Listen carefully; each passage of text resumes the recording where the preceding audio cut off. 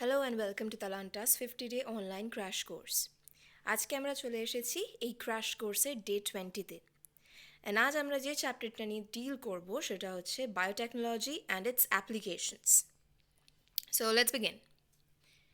First question বলছে, tobacco plants resistant to a nematode have been developed by the introduction of DNA that produced option A, both sense and antisense RNA, option B, a particular hormone, option C, an antecedent, option D, a toxic protein.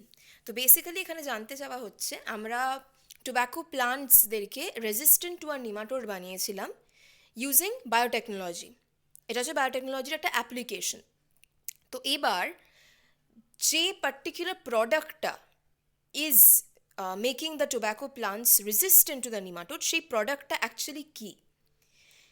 Basically আমরা যদি খুব ভালোভাবে চ্যাপ্টারটা পড়ি তাহলে দেখব যে আরএনএআই বা আরএনএ ইন্টারফেরেন্স বলে একটা টেকনোলজি এখানে ইউজ করা হয়, যেখানে বেসিক্যালি আমরা আরএনএ মিডিয়েটেড জিন সাইলেন্সিং করি।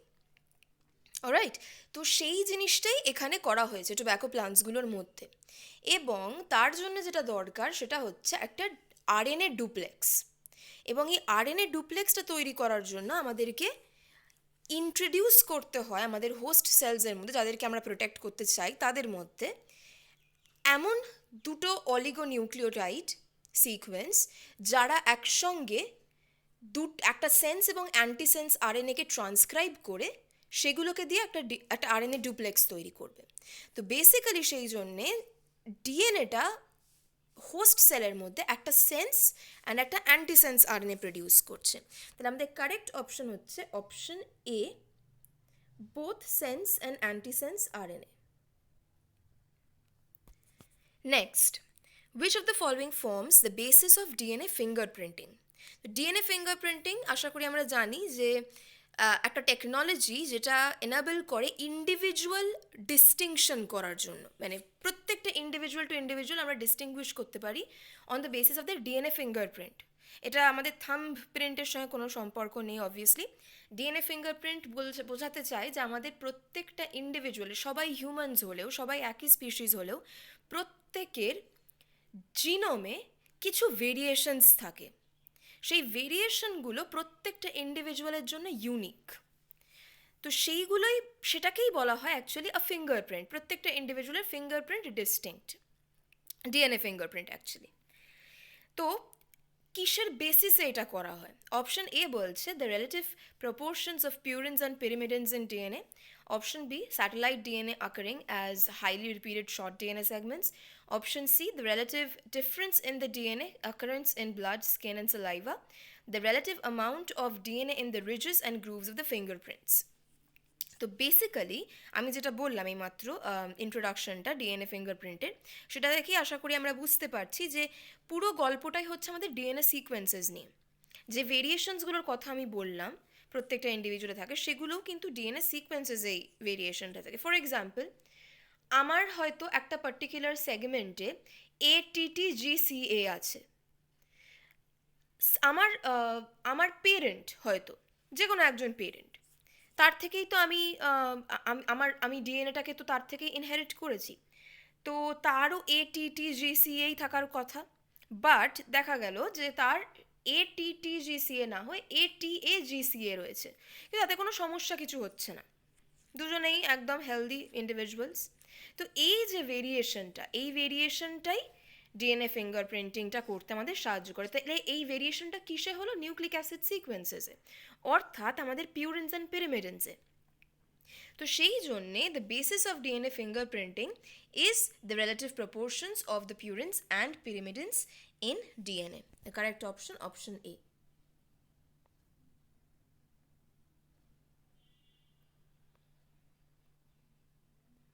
Next, early detection of a disease is possible by option A, PCR, option B, gene therapy, option C, recombination DNA technology, recombinant DNA technology হবে ওটা, and ELISA, option D, both A and C. তো basically PCR দিয়ে হ্যাঁ detect করা যায় disease. Gene therapy দিয়ে যেটা হয় সেটা হচ্ছে আমরা কোনো একটা পার্টিকুলার জিন ডিফেক্টকে কারেক্ট করতে পারি, এটা একটা থেরাপি, এটা ডিটেকশনে হেল্প করে না।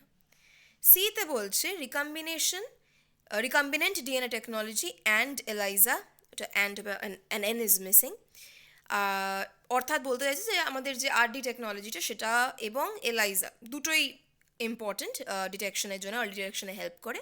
অ্যান্ড ডি বলছে PCR along with the recombinant DNA technology and ELISA. তাহলে আমাদের কারেক্ট অপশন এক্ষেত্রে হবে option D, both A and C, because আমি আগেই বললাম পিসিআর আমাদেরকে ডিটেকশনে হেল্প করে, রিকম্বিনেন্ট ডিএনএ টেকনোলজি আমাদেরকে হেল্প করে বিকজ আমরা এই আরডি টেকনোলজিটার সাহায্যেই অ্যাকচুয়ালি জিনগুলোকে আলাদা করে স্টাডি করতে পারি। And ELISA is very important because আমরা যে ব্লাড টেস্টগুলো ফর এক্সাম্পল করি, সেই ব্লাড স্যাম্পলগুলো নিয়েও কিন্তু অ্যাকচুয়ালি এলাইজা হয়, একটা অ্যান্টিজেন অ্যান্টিবডি ইন্টারাকশনকে ইউজ করে এলাইজা করা হয় টু চেক যে আদৌ এই ডিজিজটা থেকে এই পার্টিকুলার স্যাম্পলটা যে পেশেন্টের, সেই পেশেন্টটা সাফার করছে কিনা। তাহলে আমাদের কারেক্ট অপশন হচ্ছে option D.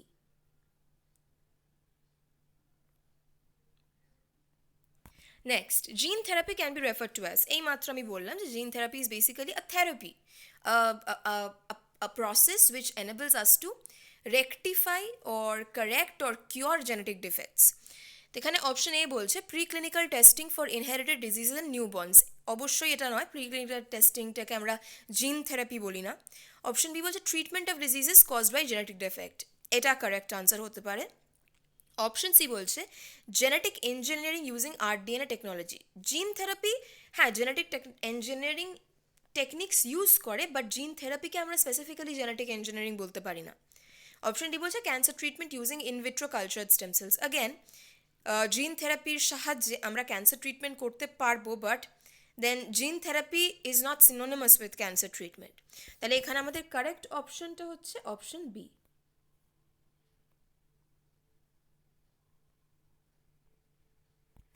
Next, rules of conduct that may be used to regulate our activities in relation to the biological world is called, এটা আমাদের মাথায় রাখতে হবে, মনে রাখতে হবে, মেমোরাইজ করতে হবে যে যখনই আমরা এই রুলস অফ কন্ডাক্টের কথা বলবো তখনই বেসিক্যালি যে পার্টিকুলার টার্মটা এর সাথে অ্যাসোসিয়েট করা হয় সেটাকে বলা হয় বায়ো এথিক্স, অর্থাৎ এথিক্স মানে আমরা জানি এটা মরাল code of conduct.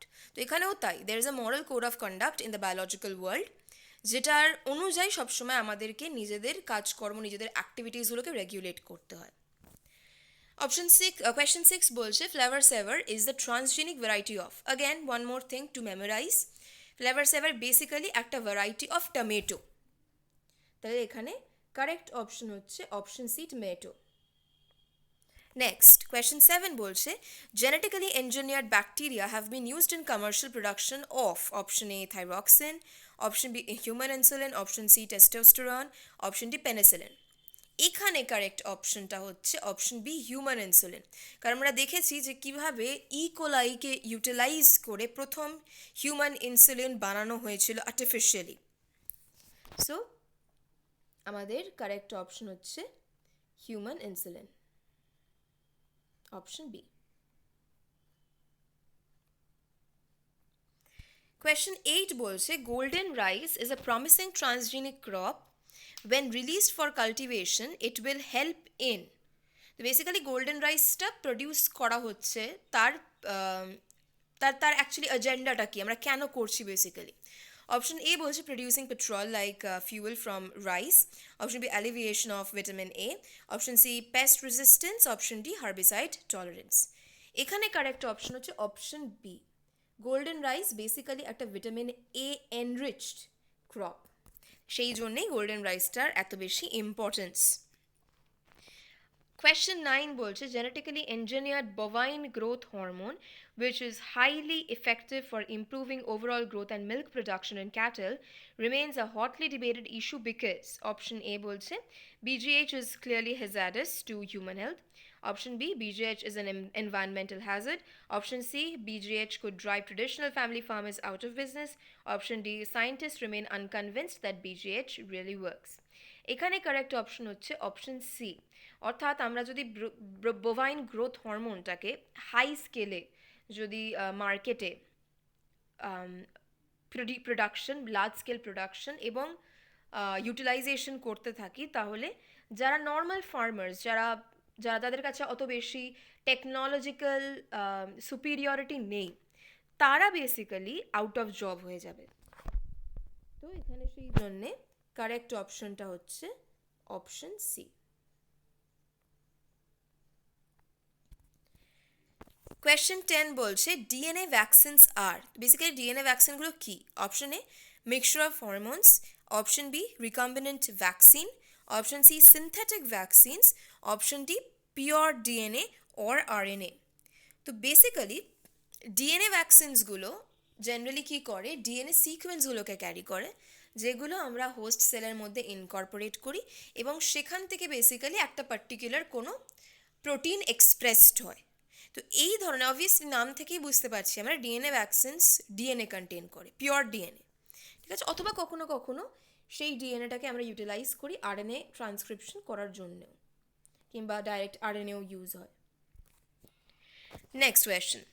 Toxic component of Bacillus thuringiensis is protein. Commercial preparation of Bacillus thuringiensis consists of mixture of spores, cry protein, and inert carrier. BD stands for Bacillus thuringiensis thuringiensis in the popular crop of BD cotton. Trichoderma is used in biocontrol of fungal pathogen because it has capacity to secrete the enzyme. Option A DNase, option B RNase, option C chitinase, option D cry protein. এখানে একটা জিনিস আমাদের মাথায় রাখতে হবে, আমি ফাঙ্গাসকে মারতে চাইছি, তাহলে আমাকে এমন কোনো একটা এজেন্ট তৈরি করতে হবে যে ওই কোনো ফাঙ্গাসের কোনো পার্টিকুলার প্রপার্টিকে টার্গেট করবে। বেসিক্যালি আমরা জানি ফাঙ্গাসের যে সেল ওয়ালটা that is made of chitin. তাহলে আমি যদি এমন কোনো একটা এনজাইম ডিজাইন করি যেটা সেই কাইটিনকে টার্গেট করে সেটা ভাঙতে পারবে, তাহলে আমার পুরো ফাঙ্গাসটাই মরে যাবে। তাহলে সেই জন্যে যে পার্টিকুলার এনজাইমটা সিক্রিট করা হয় that is known as chitinase. কাইটিনকে ভাঙবে বলে কাইটিনেজ। তাহলে আমাদের কারেক্ট অপশন হচ্ছে অপশন সি। তাহলে এই ছিল আজকের আমাদের 11টা প্রশ্ন regarding this chapter biotechnology and its applications. যদি তোমাদের ভিডিওটা ভালো লেগে থাকে তাহলে please do like, share and subscribe to the channel. Thank you.